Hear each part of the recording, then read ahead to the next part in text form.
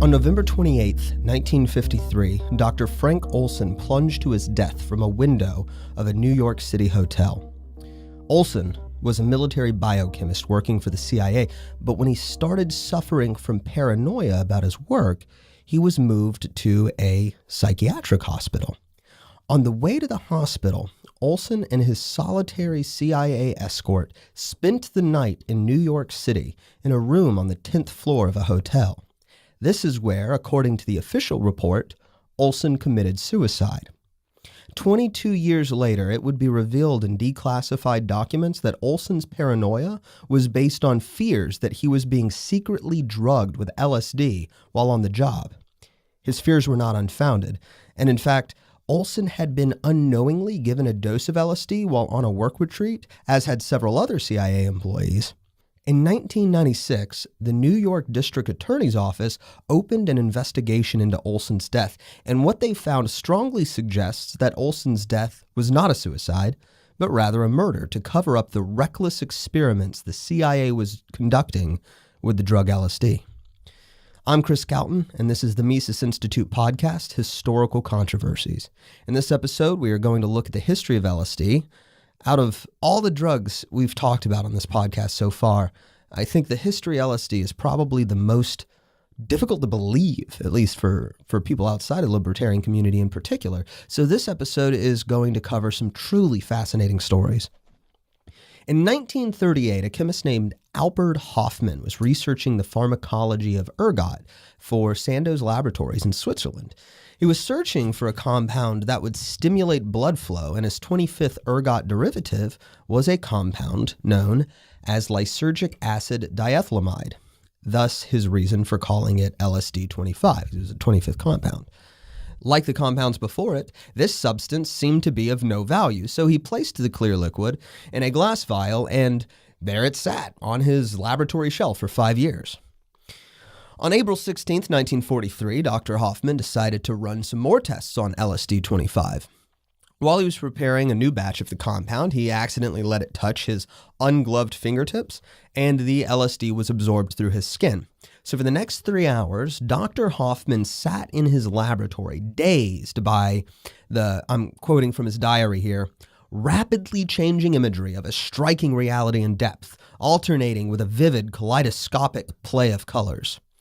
So he had just experienced the world's first acid trip, at least first formal acid trip. There were episodes in which people seem to have hallucinate off of the rye that LSD is derived from. This is the first one with actual LSD. Hoffman decided to continue experimenting on himself, and he swallowed, the next time he decided to try the LSD, he swallowed 250 micrograms of the compound, which seemed like a very small dose, but LSD is actually incredibly potent in small quantities, so it hit him just far stronger than he expected. And this experience was much less pleasant than the first. After dosing himself, Hoffman and his assistant hopped on their bicycles and rode to Hoffman's home. So he's basically acid tripping while he's bike riding home. And he wrote in his diary about this experiment. He said, "I had a great difficulty in speaking coherently. My field of vision swayed before me, and objects appeared distorted like images in curved mirrors. I had the impression of being unable to move from the spot, although my assistant told me afterwards that we had cycled at a good pace. Occasionally, I felt as if I were out of my body. I thought I had died. My ego was suspended somewhere in space, and I saw my body lying dead on the sofa." This kind of hallucination would come to be referred to as a bad trip. Thus, LSD was born. Hoffman continued his experiments, but it was his colleague, Dr. Werner Stoll, who first published his findings on the psychological properties of LSD in the Swiss Archives of Neurology in the year 1947. In 1949, he published another report entitled "A New Hallucinatory Agent Active in Very Small Amounts." From these publications, LSD was brought to the attention of the CIA shortly after the agency was formed in 1947. Since World War II, the precursor to the CIA, the Office of Strategic Services, had already been experimenting with a highly potent strain of cannabis as a possible truth drug to use in advanced interrogations. Now, with the early reports on LSD, agency officials thought that they might have the substance needed to finally develop a mind control drug. The CIA, since its formation, and even really before its formation with the OSS, it had been experimenting with cannabis, heroin, cocaine, and mescaline as potential mind control drugs. As part of Project Paperclip, they even brought in roughly 600 Nazi scientists after the war to help conduct their research, since the Nazis had been conducting similar research prior to their defeat. So in 1950, the CIA merged all existing mind control studies into a single project codenamed Bluebird. Project Bluebird was highly classified so that only its members and the CIA director Roscoe Hillenkoetter knew of its goings-on. The next year, Project Bluebird was reformed under the name Project Artichoke. Now, you can find the documents online since they've all been released as part of the Freedom of Information Act, and they're available on the CIA website. And if you're able to wade through the bureaucratic nonsense, there really is some interesting stuff in these documents. So I'm going to read you one particularly interesting part of a 1954 document regarding one of Artichoke's experiments. It says, "The essential elements of the problem are as follows. 1. As a trigger mechanism for a bigger project, it was proposed that an individual of blotted-out descent, approximately 35 years old, well-educated, proficient in English, and well-established socially and politically in the blotted-out government, be induced under Artichoke to perform an act involuntarily of attempted assassination against a prominent blotted out politician, or if necessary, against an American official. After the act of attempted assassination was performed, it was assumed that the subject would be taken into custody by the government and thereby disposed of, and disposed of are in quotation marks. So this is the kind of thing that the CIA was trying to figure out how to accomplish, and LSD was one of the substances they thought could be harnessed for just such a purpose. Assassinating people probably in communist countries, since this was 1944. My guess would be Cuba, but I don't really know what government they were referring to in the document when they blotted it out. As an interrogation drug, LSD seemed promising, at least at first.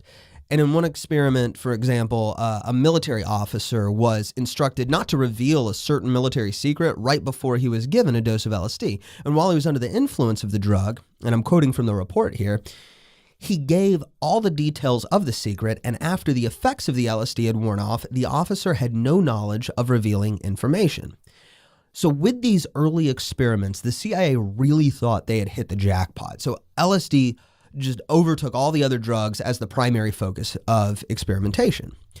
One of the experiments funded by the CIA was conducted by Dr. Harris Isbell, who worked with heroin addicts at the Addiction Research Center of the US Public Health Service Hospital in Lexington, Kentucky.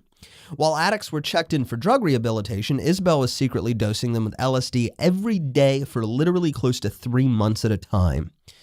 So he reported to the CIA, and this was actually what they looked to as promised in the study. He reported that some patients were convinced that their hallucinations were the product of people controlling their minds. So obviously, LSD must actually have mind control potential.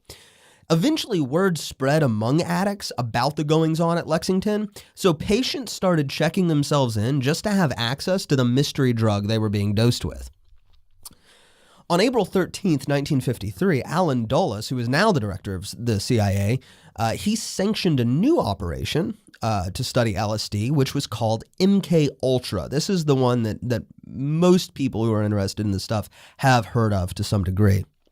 So MK Ultra was separate from the Project Artichoke unit, and the two groups quickly saw themselves as rivals. It was MK Ultra's lead scientist, Dr. Sidney Gottlieb, who got approval to dose unknowing citizens with acid. They started by dosing fellow agents. So by the mid-1950s, if you were a CIA employee, a surprise acid trip was literally just a risk associated with the job. As agents were secretly spiking each other's coffee, this started just with agents within the groups, MK Ultra and Project Artichoke, but eventually it moved on to agents who had no connection to the LSD experiments. So just the agents who did could watch them trip. And it was basically just a bunch of CIA pranksters having fun, but they're justifying it under the purview of MK Ultra and Project Artichoke. Among the victims of these surprise acid trips was Frank Olson. So he was a biochemist who specialized in biological warfare, and he was not connected to MKUltra or Project Artichoke, and he had never taken LSD before in his life.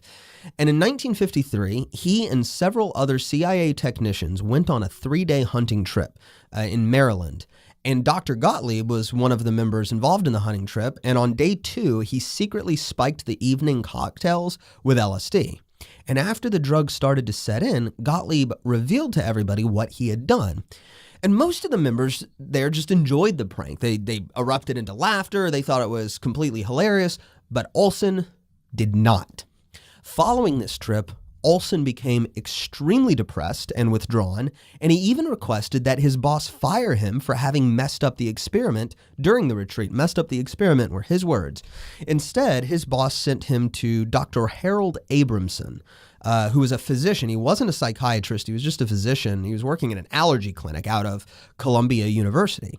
And although Abrams wasn't a psychiatrist, Olson opened up to him about his fears that the CIA was spiking his coffee with substances to keep him from sleeping, that he believed that people were plotting against him. He even said he heard voices telling him to throw his wallet away, and he followed these instructions, even destroying several uncashed checks in the process.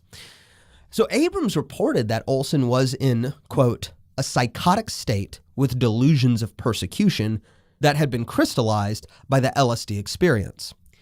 This is when the CIA decided to move him to a psychiatric clinic known as Chestnut Lodge, and on the way there, he and the CIA agent assigned to escort him checked into the Statler Hilton, where Olson apparently jumped out of the 10th story window to his death the next morning. It would be decades before anybody would seriously question the suicide story, and I won't go into details about that here because it would require an entire episode in itself.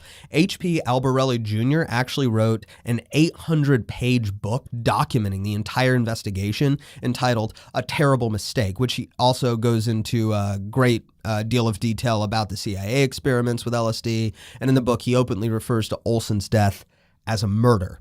But if you want that story, I'd recommend you look into it for yourself so you can decide whether or not the evidence is convincing, because it's just far too much to cover here. But Olson's death, whether or not it was a suicide, immediately meant the halting of the in-house LSD experiments, as they were now seen as too significant of a liability. Instead, the CIA decided to move their experiments to the civilian world. Dr. Gottlieb went to Harry Anslinger and requested the services of one of his best agents. So Anslinger agreed and loaned him an FBN agent named George Hunter White. Now, I think I briefly mentioned George Hunter White in another episode and said that there was going to be more about this guy, so here is me keeping my promise. This dude was about as bad as you can imagine a government agent being. If there's any figure who makes the libertarian case against giving people even small amounts of power, it's George Hunter White. His first assignment was to rent an apartment in Greenwich Village in New York, all funded by the CIA. He turned the apartment into a safe house and installed two-way mirrors between two of the rooms, as well as surveillance equipment. And so White would then lure women up to his apartment and secretly dose them with LSD. Then he would go into the other room where he could watch them through the two-way mirror, and he would keep a diary of how they reacted. The frequency of bad trips was so significant in this environment that White nicknamed LSD Stormy and continued to refer to the drug as Stormy for the remainder of his 14 years working for the CIA. In 1955, White moved his base of operations to San Francisco. This is when he started Operation Midnight Climax. In this CIA-funded operation, George Hunter White would enlist the services of prostitutes. He paid them $100 a night, and he offered them protection from legal problems if they were to help him. So if they got arrested, he'd get them off the hook. And he got them to go to bars to pick up men who the prostitutes would then secretly dose with LSD. And while the unsuspecting bar patrons were acid tripping, White or some of his subordinates would be sitting in a booth across the bar just taking photographs of them. And in the off hours, White and his men would party with CIA-provided drugs and have sex with the prostitutes. And when they weren't doing that, they were harassing drug pushers in San Francisco as an FBN agent. So all of this went on for a full 8 years before it was finally shut down in the 1960s. So He's getting prostitutes to spike civilians with LSD. And these people, they don't know what's going on, right? Like LSD wasn't even really a thing at the time. So they're calling ambulances. Lord knows what happens to them. There's no record of that. But they're being taken to the hospital. Of course, the government's not paying for their bill. They don't know what happened.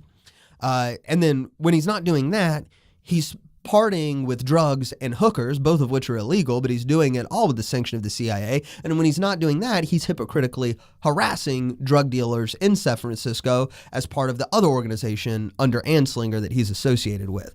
So there's an incredibly famous quote by George Hunter White in reflecting on his work for the CIA. This quote is actually given its own page before the dedication in Albarelli's book, where White said in a letter to Dr. Sidney Gottlieb, he said, "I was a very minor missionary, actually a heretic, but I toiled wholeheartedly in the vineyards because it was fun, fun, fun.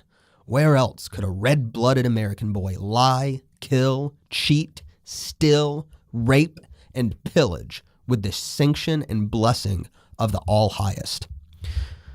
That's the kind of man George Hunter White was. Other MK Ultra projects were equally disturbing. One recipient of MK Ultra money named Loretta Bender kept children from the ages of 7 to 11 years old pumped full of LSD and other hallucinogens for weeks. In the case of 2 children, she actually did this on and off for nearly a year. So she's just taken like prepubescent children and keeping them dosed with hallucinogens because they wanted to study, if I remember correctly, they wanted to study how children communicated with each other. The logical connection here is beyond me, but this actually did take place. And one of the creepiest MK Ultra doctors was Dr. D. Ewan Cameron. So he was particularly obsessed with schizophrenia, and MK Ultra funded his experiments on schizophrenia patients. Now, some of this stuff doesn't have to do with LSD, but it's worth talking about anyway, just because you can't, if you want to offer a critique of the government, this is stuff you can't leave out. So these experiments did include slipping unsuspecting schizophrenics and other psychiatric patients with LSD, and he frequently ordered experimental lobotomies on patients.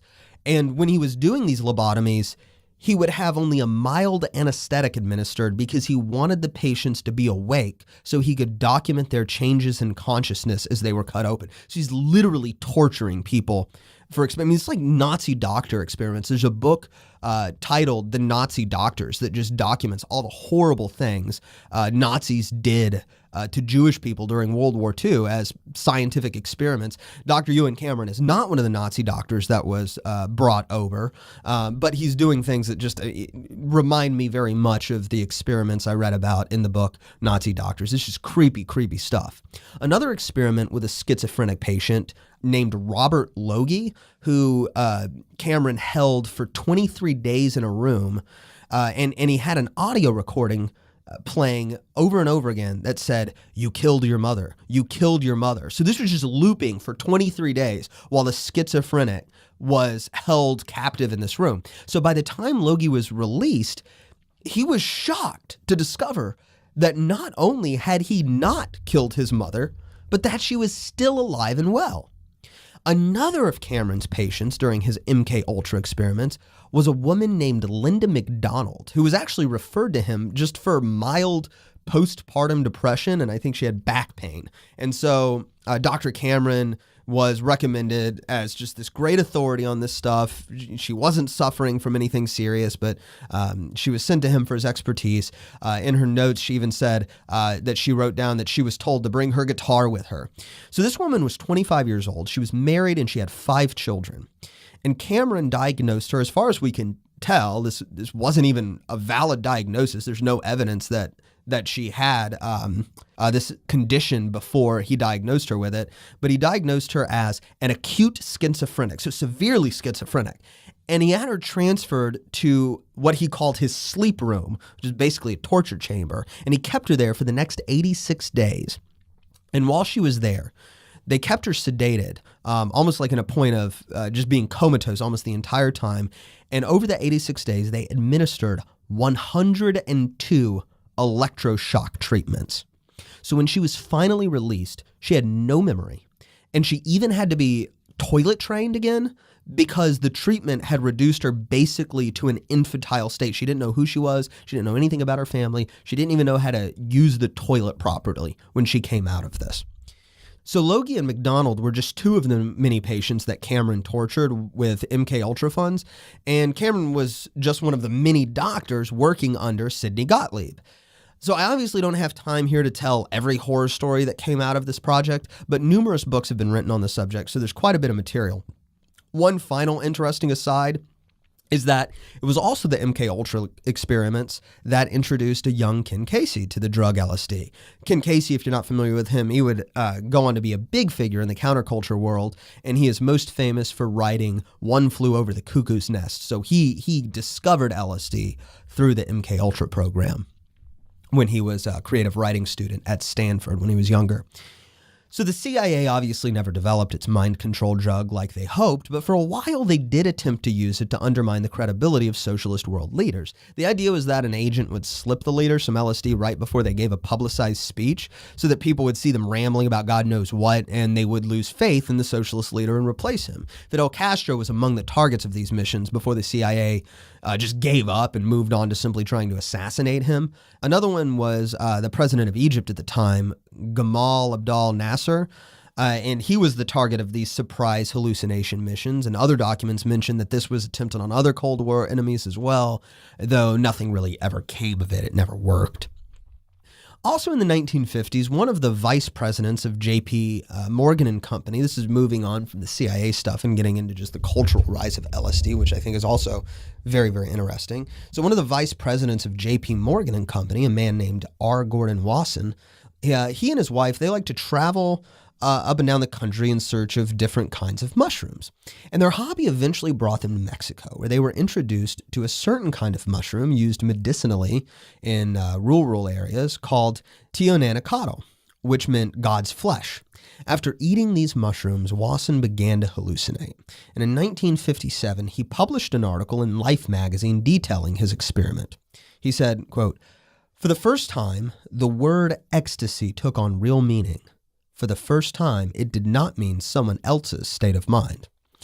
And among the many people who read the article was a young psychiatry professor by the name of Timothy Leary, who was something of an up-and-comer in the profession. He actually helped write a textbook. He also, I don't have this in my notes here, but one interesting tidbit is he created a personality test that was used by the government to assess like the stability of prisoners and other people. It was called the Leary test, I think. It was named after him. And when he later went into prison, when he was arrested, he was actually administered his own personality test that he designed. So obviously it came back that he was just mentally perfectly competent, which probably wasn't true at the time. He really went off his rocker in later years. He was a very brilliant guy, but he went off his rocker. But I just always found it a funny story that he was administered a personality test in prison that he helped design.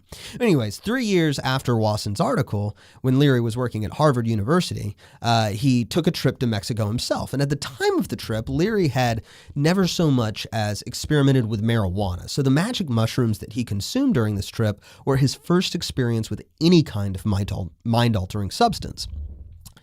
Leary later referred to this episode as, quote, "above all and without question, the deepest religious experience of my life." He genuinely believed that he had found God. When he got back to Harvard, he started doing research on psilocybin, the active ingredient in magic mushrooms, and another Harvard professor named Richard Alpert. He would later be called, I can't remember his weird LSD name. It was like Ram Dass, I think, something like that. I don't have that in my notes either, but he also kind of went off the rails. But Richard Alpert was intrigued by Leary's work and became his research partner. The first and possibly most famous study conducted with psilocybin by Leary and Alpert was one looking at criminal psychology. In this study, members of Leary's research team would take mushrooms with some prisoners during therapy sessions, while other prisoners were only treated with conventional therapy without the drug. So the results of these experiments showed that the prisoners treated with psilocybin had a recidivism rate of 25% compared to 80% of those treated with only conventional therapy. I've seen some articles like blog articles circulating online that talk about this experiment, and I think I've read that some of them attribute it to LSD. This was not an LSD experiment. This was before Leary even knew what LSD was, so it was a psilocybin experiment. So do be careful if you're looking at some of the old history of Timothy Leary. Some of the stuff is falsely attributing LSD to what was actually psilocybin. Leary would not actually be introduced to LSD until a couple years later when a friend named Michael Hollingshead tried psilocybin with Leary and really wasn't impressed. So he urged Leary to try LSD. Hollingshead had actually obtained a mayonnaise jar containing 1 gram of LSD while he was living in New York. A gram of LSD is enough LSD for 10,000 doses. So this mayonnaise jar of LSD was just a gigantic amount. At first, Leary was skeptical. He thought that just one psychedelic experience was the same as any other. Like a psychedelic was a psychedelic, right? And there was no need to bother with any variety. But one night, sometime later, Hollingshead convinced some mutual friends to try LSD, and Leary was present to this. And so when Leary saw their reactions to the drug, he took an entire spoonful, just a gigantic dose, out of the mason jar. And after that one trip, Leary would never look back. So Leary and Alpert brought LSD into their experiments at Harvard, and the experiments gained at least enough attention that the CIA started issuing warnings that, quote, information concerning the use of this type of drug for experimental or personal reasons should be reported immediately. In addition, any information of agency personnel involved with Doctors Alpert or Leary or with any other group engaged in this type of activity should also be reported. Now, this was when LSD was still legal, by the way, but the CIA was already issuing these statements saying that you need to turn people in for this. So it kind of foreshadowed what was to come, obviously. It's also worth noting that when Leary was experimenting at Harvard with hallucinogens, he was taking almost the entirely opposite approach from the experiments conducted by the CIA, where the CIA was secretly dosing people with LSD in a hostile environment and then interrogating them basically with men in lab coats holding clipboards. Leary was coaching his patients on what to expect from the encounter. So it was a non-hostile environment. It wasn't a surprise acid trip, and he wasn't interrogating them. He was coaching them and basically providing psychiatric therapy as part of the process. And so the result was that the CIA's impression of LSD was, like George Hunter White observed, LSD created just these very horrifying hallucinations. Leary's experiments, by contrast, had effectively no cases of so-called bad trips. The experiments at Harvard quickly became highly controversial, especially after students were testifying that Leary and Alpert had given them LSD, though it should be mentioned that they were trying to defend the pair. They said one of them said it was the most educational experience he had ever been through. But in 1963, Richard Alpert became the first Harvard faculty member to be fired since the 19th century, and Timothy Leary became the second only a few days later. The Harvard scandal made Leary famous, though, and this is when he decided that his mission in life was to spread the religion of LSD to young people everywhere. Timothy Leary was essentially now beginning his life as the high priest of LSD, which he would be known as for the rest of his life and still is referred to as such pretty much today. Now, what Leary and Alpert did after being fired from Harvard basically just shows how off the deep end they had already gone. In 1963, right after being fired, they founded a group called International Federation for Internal Freedom, which quickly amassed several thousand dues-paying members. The group moved to a hotel in Zihuatanejo, Mexico, where they continued their now cultural experiments with LSD. More than 5,000 people applied to come live at Zihuatanejo, which was starting to look a lot like some kind of like cult commune. And there was a tower on the beach, and the rule in the compound was that there had to be somebody keeping watch in the tower at all times. And whoever was keeping watch was required to be high on acid during their entire shift. Even potheads and beatniks who were denied membership in the compound started setting up camp not far away, so rumors started spreading about the orgies that were supposedly taking place constantly at the hotel. I don't know if these rumors were true or not, but the word spread through the Mexican media, and only 6 weeks after they arrived, Mexican government decided that they just needed to kick the group out. Luckily for them, they had made friends with William Mellon Hitchcock, who was the grandson of the founder of Gulf Oil and the nephew of Andrew Mellon. So this guy had inherited an incredibly large fortune. He was living quite cozily off of $15,000 per week. And remember that this was in the 1960s, so that was a lot of money. So Hitchcock let the group relocate to his 4,000-acre estate in New York, and he only charged them a measly $500 a month in rent. So this estate had a 64-room mansion called Millbrook. It had stables for horses. It had tennis courts, lake, polo fields, just all kinds of amazing things. So the group, when they moved there, they renamed themselves the Castalia Foundation, and they set up shop at Millbrook. And just as a funny story, while they were on the plane over to Millbrook, Richard Alpert had the mayonnaise jar of LSD in his suitcase, and it spilled out and soaked into his clothes. So not wanting to waste any of their 10,000 doses of acid, the group traveling from Zihuatanejo would get high by sucking on Richard Alpert's underwear. So life at Millbrook was basically just a constant acid party, with people tripping on acid for up to 10 days at a time. Hitchcock rarely even joined in with them. He was working on Wall Street. He actually was, I guess, being productive as an investor. But he took up residence in a 4-bedroom guest house a half mile away, and he did join them in sometimes. So he was part of the acid culture, but he wasn't constantly getting high like a hippie as everybody else was. But he was funding them essentially. So I guess communist living works when you have a mega rich person funding you. So out of this group sprang the acid culture that just exploded in the 60s and 70s. And there's a lot of rich cultural history here, which you can read about in the book Acid Dreams, which is the primary book I'm pulling from on this episode. But I can't really go over it all. I just enjoy some of the stories that came out of it too much to not mention them. So one of my favorite quick stories is a new figure who joined the Millbrook group named Arthur Kleps. After his own experience with LSD, he thought he had found religion, just like many other people had, and he founded a church in 1966 called the Neo-American Boohoo Church. And he even wrote a Boohoo Bible, which contained cartoons, true or false tests, among other ridiculous sections. They had one titled The Bombardment and Annihilation of the Planet Saturn. So it was just crazy religious movement. And he wanted to get government sanction for the church's LSD use, which he was inspired by the peyote rituals that were approved for the Native American church. So he sued in a court for the same right for LSD. This, by the way, was right before acid became illegal. So it was when the government was discussing criminalizing LSD. It was criminalized in 1966, in fact, in California, and it was made illegal nationally in 1968. But the judge hearing the case just threw it out completely because he did not believe, and this is absolutely true here, he did not believe that a church whose official theme song was "Row, row, row your boat" was a serious religion, which was naturally upsetting to Kleps, who was now referring to himself as the chief boohoo. So by the second half of the 1960s, LSD use was coming under heat. In 1966, Congress held a Senate subcommittee on juvenile delinquency to talk about the so-called LSD problem. And with the growing idea of the domino theory of drug abuse, a name taken from the domino theory of communism, but what we really just refer to as the gateway drug theory now, the idea of criminalizing LSD was being strongly considered.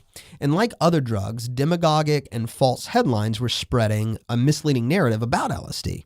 One government official actually called LSD the greatest threat facing our country today, more dangerous than the Vietnam War, if you can believe that. Now, don't get me wrong. The stuff going on at Millbrooks is not, in my opinion, a testament to how great LSD is. These people were nuttier than a peanut farm. But headlines like "Thrill Drug Warps Mind, Kills" was just simply false. In fact, most of the stuff still taught in public schools about LSD is completely untrue. I remember being told that LSD stores in your fat cell can be triggered years later, giving people surprise acid trips. This is pretty much a complete fabrication to the degree that it's true at all. It's something that occurs so rarely as to be just incredibly statistically insignificant.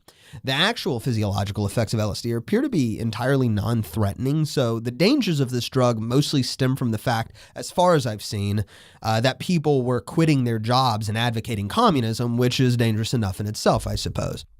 But in the hearing on LSD, Congress heard testimonies from CIA officials who had been conducting the LSD experiments in the decades prior. And Timothy Leary also testified, and as crazy as this guy was through much of his life, and he really was crazy, his testimony was really quite sensible, and he said that he did not advocate indiscriminate use of hallucinogens and that people needed to understand what they were doing when they used them.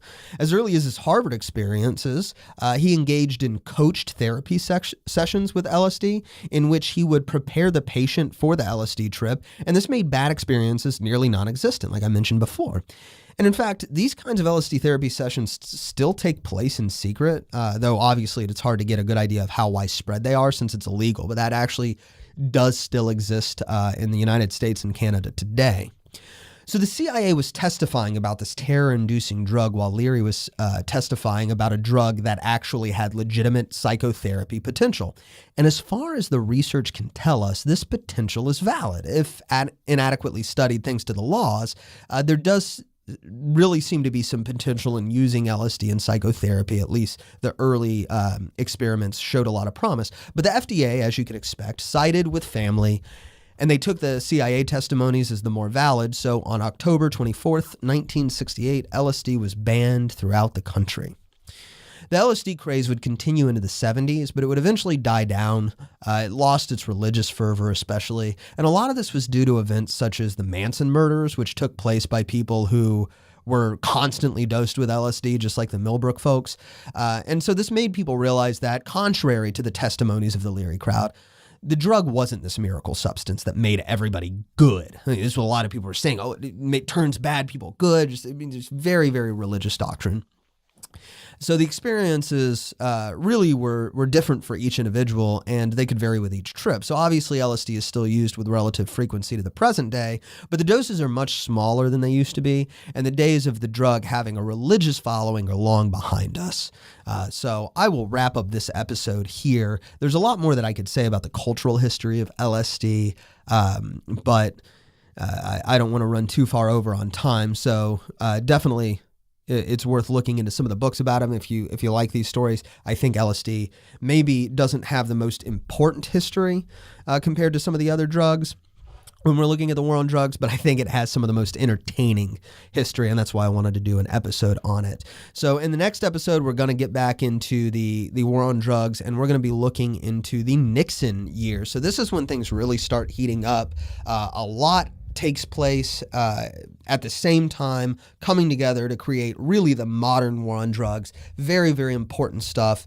A lot of this stuff you probably won't already know about, so you're definitely going to want to listen to this episode. So make sure that you subscribe to this podcast, and thanks for listening. For more content like this, visit Mises.org.